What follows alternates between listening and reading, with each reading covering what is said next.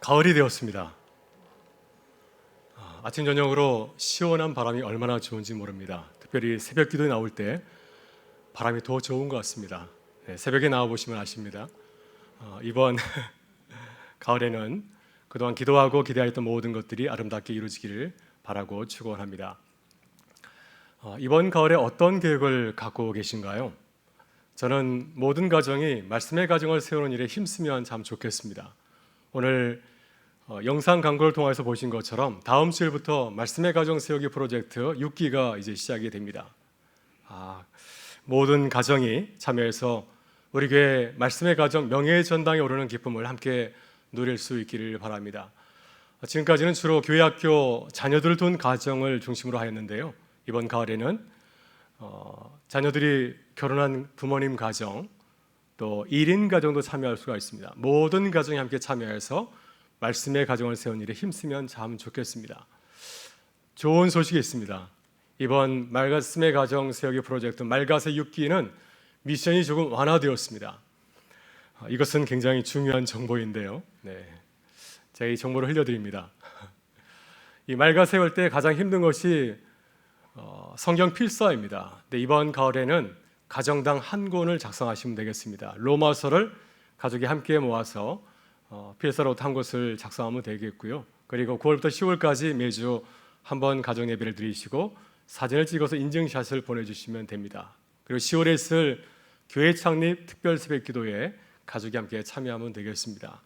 이 미션을 안수하게 되면 우리 교회 말씀의 가정 명예의 전당에 오르는 영광을 누리게 됩니다. 다들 기뻐하지 않으시네요. 그리고 이 미션을 안수하게 되면은 어마어마한 상금이 주어지진 않지만 가족이 함께 식사할 수 있는 특별 티켓이 주어집니다.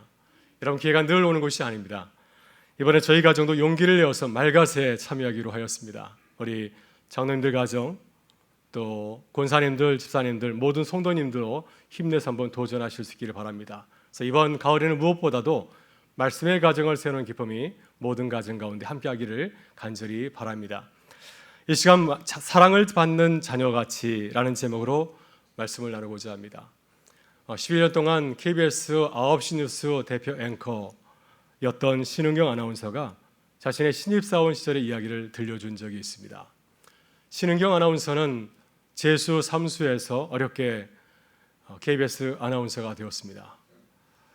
100대 1의 경쟁을 뚫고 앵커가 되었습니다.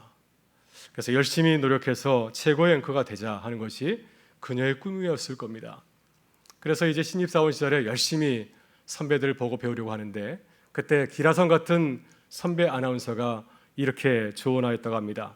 신은경 아나운서, 말 잘하는 아나운서가 되는 제1수치, 그것은 바로 남의 이야기를 잘 듣는 것입니다. 남의 말을 잘 듣는 것입니다. 아나운서의 사명은 아주 간단하고 분명합니다. 아나운서는 사람들에게 뉴스를 잘 듣고 알게 하는 것이죠. 그런 아나운서가 되려면 말을 또박또박 잘해야 되겠죠. 발음이 아주 정확해야 됩니다. 그래서 좋은 아나운서가 되려면 말하기 연습을 해야 될 것 같습니다. 말을 잘하는 훈련을 받아야 될 것 같습니다. 그런데 좋은 아나운서가 되려면 먼저 남의 이야기를 듣고 이해하는 훈련을 받아야 한다고 하는 것입니다. 사실 남의 얘기 듣는 거 좋아하는 사람이 어디 있겠습니까? 아나운서는 상대의 말을 잘 들을 줄 알아야 됩니다. 귀로만 듣는 것이 아니라 눈빛으로도 들어야 합니다. 몸짓만 보아도, 멀리서 보아도 저 사람이 어떤 얘기를 듣고 있는지를 알아야 그 사람의 이야기를 잘 전할 수가 있습니다. 왜냐하면 아나운서는 가만히 앉아서 뉴스만 전하는 사람이 아니라 수많은 사람을 만나서 그들의 이야기를 잘 전달해야 하기 때문이죠. 그러기 위해서는 마음을 열고 온몸으로 집중해서 들어야 됩니다. 그러면 상대의 눈빛만 보아도 상대방의 이야기를 이해하고 잘 들을 수 있다고 합니다. 신흥현 아나운서는 신입사원 시절에 좋은 아나운서가 되기 위해서 남 이야기 듣는 훈련을 잘 하였다고 합니다. 저는 이 말이 참 감동이 되었습니다. 도전이 되었습니다. 좋은 아나운서가 되기 위해서 남의 이야기를 잘 들으려고 힘썼다는 그 이야기가 크게 도전이 되었고 또한 감동이 되었습니다. 우리는 어떤 사람들인가요? 우리는 그리스도인입니다. 예수를 믿는 사람들입니다. 우리의 사명은 무엇입니까? 예수님께서 우리에게 말씀하시기를 너희는 세상의 빛과 소금이라 하였습니다. 세상의 빛과 소금이 되어야 되는 이유가 무엇인가요? 우리의 착한 행실로 하나님께 영광을 돌리기 위해서입니다. 이 사명을 위해서 우리는 어떻게 살아야 될까요? 우리는 좋은 그리스도인이 되는 훈련을 받아야 됩니다. 좋은 아나운서가 되기 위해서 남의 말 듣기를 열심히 훈련한 것처럼 우리도 좋은 크리스찬이 되기 위해서 훈련을 받아야 될 줄 믿습니다. 우리의 관심은 세상에서 빛과 소금이 되는 일에 집중해야 됩니다. 어떻게 그리스도인으로 살아갈 수 있을까? 어떻게 착한 행실로 하나님께 영광을 돌릴 수 있을까? 어떻게 세상에서 무사람들과 함께 살아가는데 그들 가운데서 다르게 살아갈 수 있을까? 이것이 우리의 관심과 기도의 제목인 줄 믿습니다. 지난주 새벽에 한 주간 창세기에 나오는 아브라함의 이야기를 묵상을 하였습니다. 하나님께서 아브라함을 부르셨어요. 갈대우르에서 가나안 땅까지 부르셨습니다. 하나님께서 그를 부르신 이유는 아브라함의 세상에서 복이 되는 것입니다. 그의 삶을 통하여서 하나님의 복을 세상에 흘려보내게 하는 것, 이것이 하나님께서 그를 부르신 이유입니다. 아브라함의 삶을 보면 처음에는 자신의 복과 사명을 잘 몰랐습니다. 어린아이가 부모의 마음을 잘 모르는 것처럼 아브라함도 처음에는 하나님의 뜻을 잘 몰랐습니다. 그의 관심은 자신에게 있었습니다. 가나안에 올라갔는데 이제 기근을 만나게 되었습니다. 그때 그는 다른 걸 생각하지 아니하고 자신만을 생각하면서 애굽으로 내려갔습니다. 애굽으로 내려가면서 혹시 내 예쁜 아내 때문에 내 신변이 위험해지지 않을까 하는 걱정이 되었습니다. 그래서 아내에게 어떻게 부탁하였습니까? 사람들이 물으면 당신은 내 누이라고 대답해 주시오. 세상에 이런 이기적인 남편이 어디 있습니까? 우리 가운데는 그런 남편이 없지만 이런 남편도 있는 모양입니다. 정말 이기적인 남편이 아닙니까? 근데 아브라함이 이제 하나님의 훈련과 시련을 통해서 조금 달라졌습니다. 처음에는 자기밖에 모르는 사람이었는데 점점 시간이 지날수록 훈련을 받을수록 어떤 사람이 되어갔습니까? 나보다 남을 배려하는 사람이 되었습니다. 그래서 애굽에 내려갈 때는 자기밖에 몰랐는데 이제 애굽에서 시련을 받고 가나안에 다시 올라오게 되었을 때에는 남을 배려하는 사람이 되었습니다. 조카로가 한 곳에 같이 살았는데 이제 소유가 많아져서 이제 분가를 하게 되었는데요. 그때 아브라함은 새로운 것을 선택할 때 자신이 먼저 좋은 것을 선택하지 아니하고 조카 롯에게 선택할 수 있는 기회를 양보하였습니다. 그리고 아브라함은 이웃을 위해서 희생을 감수하기까지 하는 믿음의 사람이 되었습니다. 조카 롯이 사는 곳에 전쟁이 벌어져서 그만 소돔 땅이 전쟁이 치고 말았습니다. 그래서 조카 롯은 이제 전쟁 포로로 끌려가게 되었는데 그때 이 소식을 들은 아브라함은 그냥 있지 아니하고 자신의 집에 있는 병사들을 거느리고 자신의 조카를 구하게 해서 이제 길을 떠나게 되었습니다. 그의 군사는 318명. 이 군사를 가지고서 어떻게 대군과 싸워 승리할 수 있겠습니까? 그러나 위험을 무릅쓰고 자신의 조카를 구하게 해서 희생을 감수하였습니다. 그래서 조카 롯과 그의 가정과 재산을 다 되찾아 주었습니다. 얼마나 칭찬받을 만한 일을 하였습니까? 그러나 아브라함은 자신의 의를 드러내지 아니하고 모든 것 하나님께 감사와 영광을 올려드렸습니다. 지난주 새벽에 아브라함의 말씀을 묵상하면서 깨달은 것이 분명하더라고요. 아브라함이 날마다 다르게 살아갈 때, 사명을 생각하며 살아가게 될 때 하나님의 복을 세상에 나누어지는 사람이 되었다고 하는 것입니다. 그래서 우리도 세상에서 날마다 달라질 수 있기를 바랍니다. 어떻게 세상에서 빛과 소금으로 살아갈 수 있을까? 이런 관심을 가지고서 세상에서 다르게 살아가는 주님의 사람들이 되실 수 있기를 바랍니다. 오늘 본 말씀은 에베소서의 말씀입니다. 에베소서를 1장부터 읽어 내려가면은 에베소 교회의 상황을 우리가 엿볼 수가 있습니다.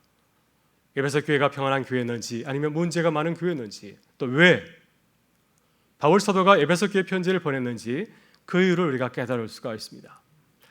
사실 에베소서는 공동서신으로 분류합니다. 왜냐하면 에베소서는 바울 사도가 에베소 교회에 보낸 편지이기 때문이죠. 그렇지만은 또한 이 편지는 모든 그리스도인들에게 보내진 편지이기 때문입니다. 또 오늘을 살아가는 우리에게도 보내진 편지이기 때문에 이 에베소서를 공동서신이라고 부릅니다. 에베소 교회는 내부적으로 갈등과 분쟁이 있었습니다. 교회가 하나 되지 못하였습니다. 그리스도 안에서 한 형제 자매이지만 하나 되지 못하고 서로 갈등과 또한 다툼이 있었습니다. 특별히 유대인과 또 이방인 사이에, 유대인 성도와 이방인 성도 사이에 높은 담이 있었습니다. 그래서 바울 사도는 에베소 교회의 이런 현상을 바라보면서 이런 상황을 바라보면서 호소합니다. 그리스도 예수 안에서 일어난 놀라운 하나님의 은혜를 그들에게 전하고 있습니다. 그리스도 안에서 나타난 하나님의 뜻은 무엇인가요? 모든 것이 그리스도 안에서 하나가 되게 하는 것입니다. 하나님께서는 죄와 허물로 죽은 우리를 위해서 십자가에 죽으셨습니다. 그래서 우리를 다시 살리셨고, 또 유대인과 이방인 사이에 가로막혀 있는 담도 주님께서 친히 자신의 십자가의 보혈로 허무셨습니다. 그래서 모든 사람들이 그리스도 안에서 하나님의 상속자가 되게 하셨고요, 또 그리스도 안에서 서로 한 지체 형제 자매가 되게 하셨습니다. 우리는 이 놀라운 하나님의 은혜를 기억해야 됩니다. 하나님께서 그리스도 안에서 우리를 새 사람이 되게 하였습니다. 하나님의 자녀가 되게 하셨고 또 하나님의 백성이 되게 하셨습니다. 그래서 우리는 서로 갈등하고 또 대립하고 반목하는 것이 아니라 우리는 서로를 사랑하고 긍휼의 마음을 가지고서 살아가야 됩니다. 하나님께서 우리를 사랑으로 받아주신 것처럼, 하나님께서 우리를 사랑으로 받아주신 것처럼 우리도 그렇게 사랑 안에서 서로 행해야 될 줄 믿습니다. 여러분, 그렇다면 우리가 어떻게 살아가야 될까요? 우리는 달라져야 합니다. 옛사람의 모습을 벗어버려야 합니다. 하나님의 은혜를 모르고 살았던 옛 모습을 청산하고 이제는 하나님의 은혜를 깨달은 자로 새롭게 거듭나야 됩니다. 특별히 우리는 믿음의 공동체 안에서 우리의 말과 생각과 행동이 달라져야 됩니다. 그래서 그리스도 안에서 서로를 바라보면서 함께 교제하는 가운데서 이 거듭난 성도의 모습을 보여주어야 됩니다. 먼저 우리는 우리의 말과 언어의 품격이 달라져야 됩니다. 여러분, 사도 바울은 에베소 교회 편지를 보내면서 가장 먼저 강조한 것이 바로 우리의 말과 언어입니다. 2주 5절에서 이렇게 분명하게 당부하고 있습니다. 그런즉 거짓을 버리고 각각 그 이웃과 더불어 참된 것을 말하라. 이는 우리가 서로 지체가 됨이라. 바울은 에베소 교회 성도들에게 부탁하는 것이 있습니다. 말을 연습하라고 하는 겁니다. 우리의 말과 언어를 훈련할 것을 당부하고 있습니다. 우리는 하나님의 은혜를 경험한 자들입니다. 우린 주 안에서 서로 남이 아니라 하나님의 자녀요, 또한 그리스도의 몸을 이루는 지체들입니다. 우리는 그리스도 안에서 한 가족입니다. 그렇다면 우리는 가족을 바라보면서, 형제 자매를 바라보면서 우리의 말과 언어가 달라져야 됩니다. 서로에게 진실하게 말해야 되죠. 거짓을 말하지 아니하고 하나님의 자녀답게 진실하게 말해야 됩니다.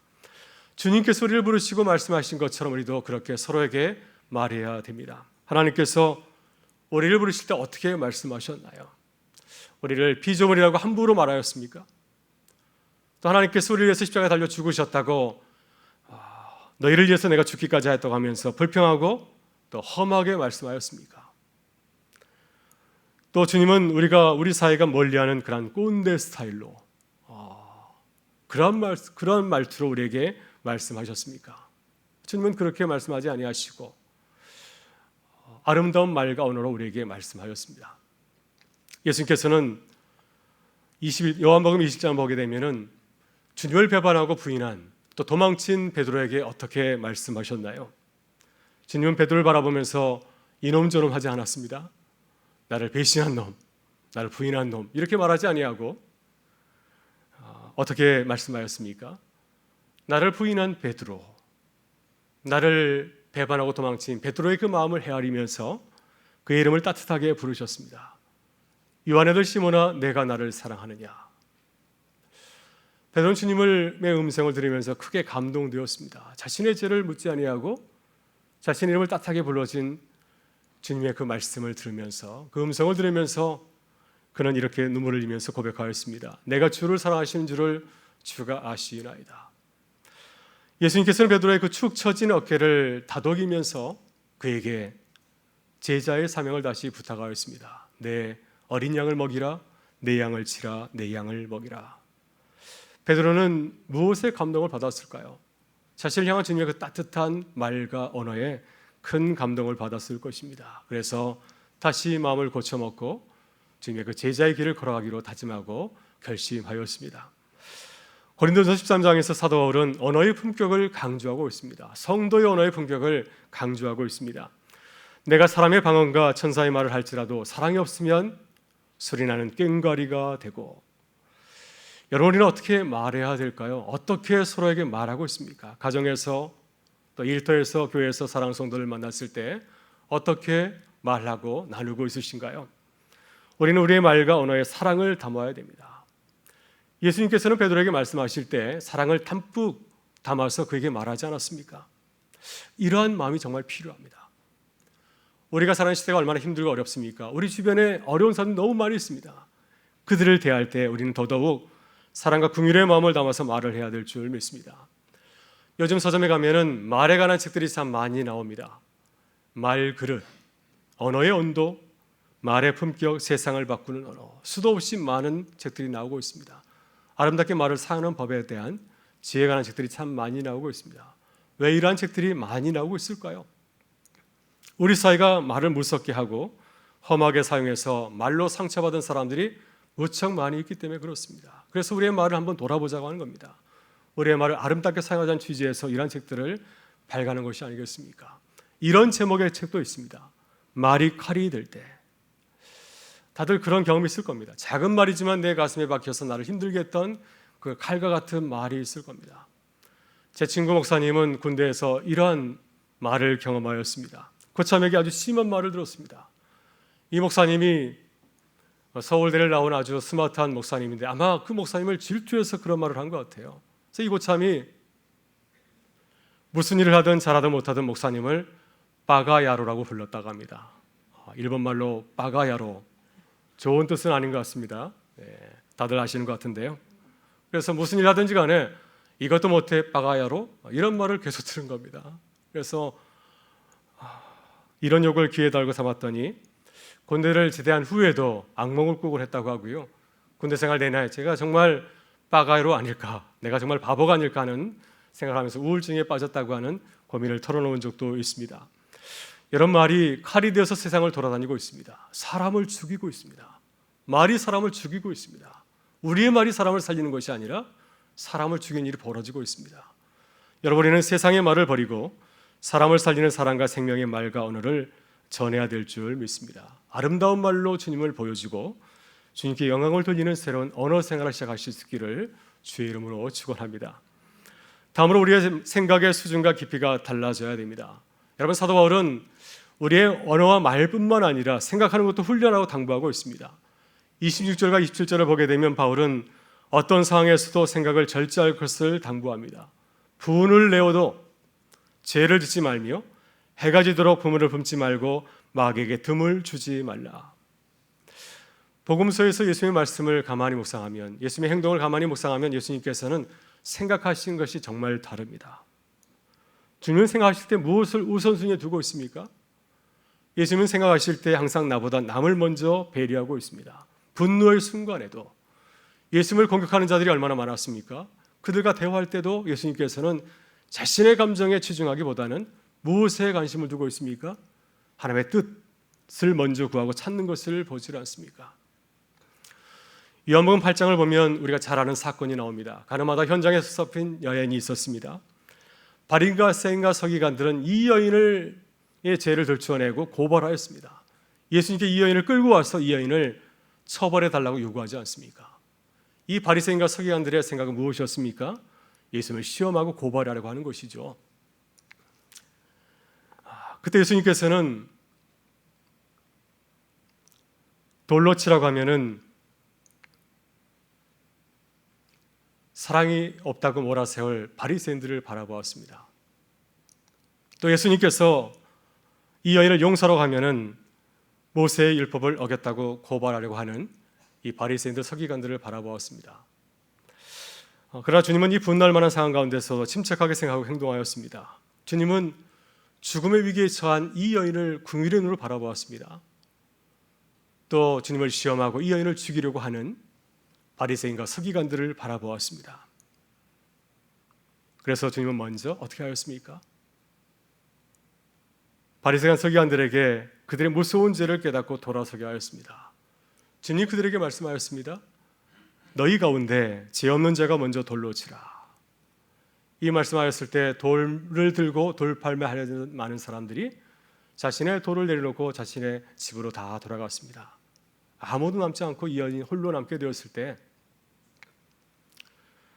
주님은 그 여인에게 새로운 삶을 시작할 수 있도록 은혜의 말씀을 전하였습니다. 나도 너를 정죄하지 않으냐느니 가서 다시는 죄를 범하지 말라.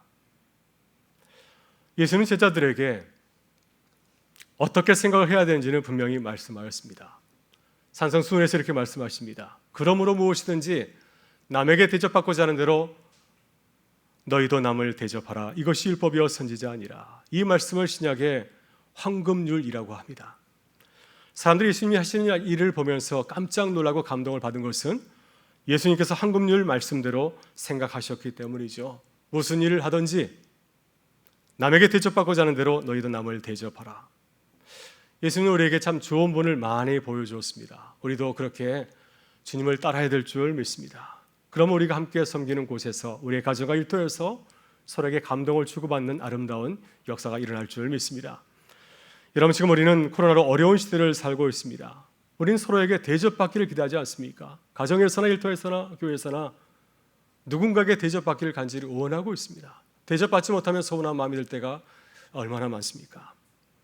그러나 이제부터는 생각을 달리하면 어떨까요? 예수님처럼 어떻게 서로를 대접할 수 있을까? 내가 어떻게 해야 상대방이 감동을 받을까? 이렇게 생각하고 실천하면 어떻겠습니까? 여러분, 이번 가을 서로에게 감동을 주는 우리 교회와 성도들이 되실 수 있기를 주의 이름으로 축원합니다. 마지막으로 우리는 행동이 달라져야 됩니다. 사도 바울은 우리의 말과 생각뿐만 아니라 우리의 행동도 새롭게 달라진다고 당부하고 있습니다. 28절에서 그리스도인답게 행동할 것을 말씀합니다.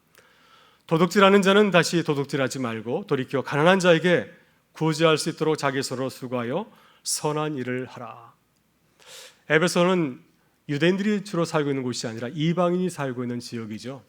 아마 이곳에서는 도둑질하는 일이 아주 잦았던 모양입니다. 남의 돈을 빌리는 걸 아주 자주 했던 것 같아요. 그리고 교회 안에도 이렇게 도둑질하는 남의 돈을 빌리는 사람들이 있었던 모양입니다. 그리고 교회 안에서 이런 사람들을 꾸짖지 않냐고 용인했던 모양 같습니다.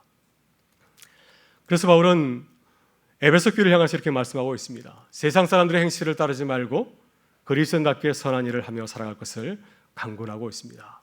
너희는 도둑질하지 말고 가난한 자를 구제하라.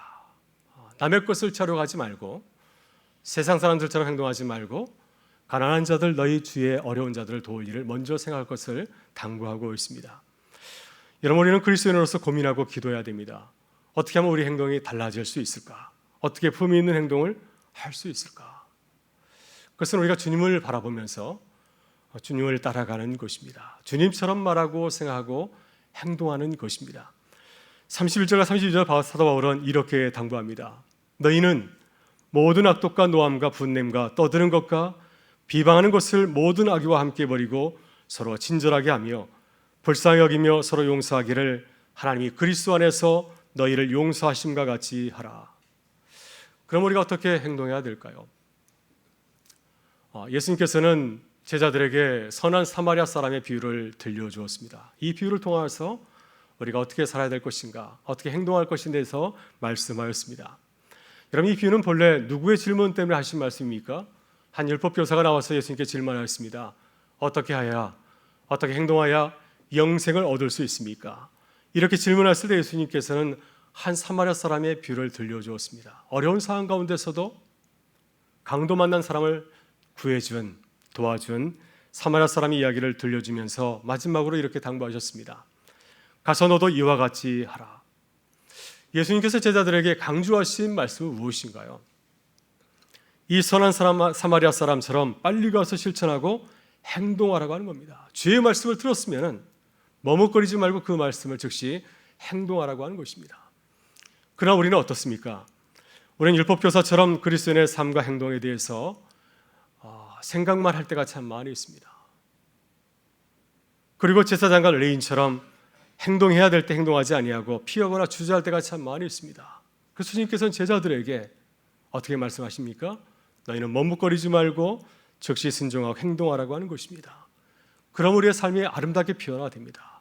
그리고 우리의 아름다운 행실로 주님께 영광을 돌릴 수 있습니다. 이것이 새롭게 거듭난 그리스도인의 모습이요 또 그리스도인의 행동이라고 주님은 말씀하셨습니다. 최근 인기 드라마 이상한 변호사 우영우가 많은 사람의 관심과 또 사랑 가운데 정용을 하였습니다. 다들 보셨죠? 네. 주인공 의용우는 특별한 사람입니다. 천재적인 두뇌를 가지고 있지만은 자폐 스펙트럼을 가진 장애인 변호사입니다. 그래서 자기밖에 모르는 그런 장애를 겪고 있습니다. 그래서 사회생활을 굉장히 어렵게 하고 또 그래서 그의 별명이 이제 우당탕탕 의용우라는 별명도 갖고 있습니다. 근데 의용우는 이제 자신을 어떻게 바라볼까요? 이런 말을 하면서 제가 많이 감동을 받았습니다. 이러한 자신의 그 특별한 모습을 바라보면서 그는 이렇게 비유하였습니다. 흰 수염고래 무리 속에서 홀로 외롭게 살아가는 웹볼 고래 같은 존재가 바로 자신이라고 얘기하였습니다. 그러면서 자신의 삶에 대해서 그는 이렇게 말하였습니다. 제 삶은 이상하고 별나지만 가치 있고 아름답습니다. 제 삶은 별나고 이상하지만 가치 있고 아름답습니다. 내 모습이 다른 사람과 다르지만 내 삶도 특별한 의미 있고 소중하다는 그런 고백을 하였습니다. 여러분 그렇습니다. 우리의 삶이 그렇습니다. 세상에서 우리의 모습은 모족하고 모자랄 수가 있습니다. 그러나 우리는 어느 누구보다도 소중하고 아름다운 사람인 줄 믿습니다. 우리 하나님의 특별한 사랑과 은혜를 입은 사람들인 줄 믿습니다. 그래서 이러한 건강한 자존심과 또한 자신감을 가지고서 이 가을을 새롭게 시작하실 수 있기를 바랍니다. 그래서 우리의 아름다운 말과 생각, 행동으로 하나님의 그 사랑과 은혜를 담대하게 거침없이 전하는 교회와 성도 되실 수 있기를 주의 이름으로 축원합니다.